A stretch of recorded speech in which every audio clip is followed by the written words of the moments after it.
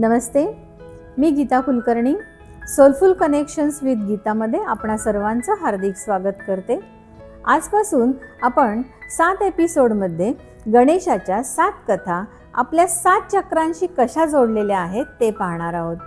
आज आपण गणेशाचे पाय आणि गणेशाचे वाहन उंदीर याचे मूलाधार चक्राशी नाते आणि स्थैर्य कथा पाहूया. आता गणेशाचे पाय आणि गणेशाचे वाहन उंदीर हे आपल्या स्थैर्य आणि जमिनीशी जोडले पण दाखवत असते. म्हणून मित्रांनो, आज आपण आपला हीलिंग फोकस हा आपल्याला वाटणारी भीती, असुरक्षितता आणि आर्थिक स्थैर्य या गोष्टींवर करूया.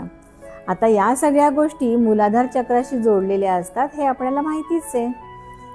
आजकाल अगदी लहान वयापासून ते म्हाताऱ्यांपर्यंत मॅक्झिमम लोक हे अँझायटीने ग्रसलेले असतात किंवा वेगवेगळ्या टेन्शनने ग्रासलेली असतात.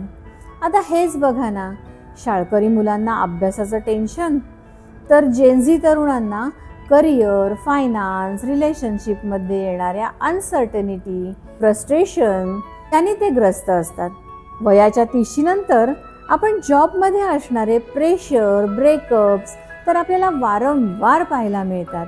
म्हातारपणात मुले आपल्या संसारात स्थिरावल्यामुळे येणाऱ्या एकटेपणाची अँझायटी या सगळ्याचे मुख्य कारण आहे आपले रूट चक्र इम्बॅलन्स असणे.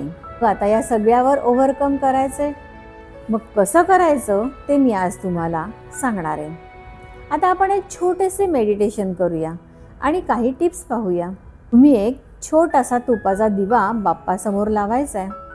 मूलाधार चक्राचा रंग लाल आणि जागा पाठीच्या मणक्याच्या एकदम शेवटी असते.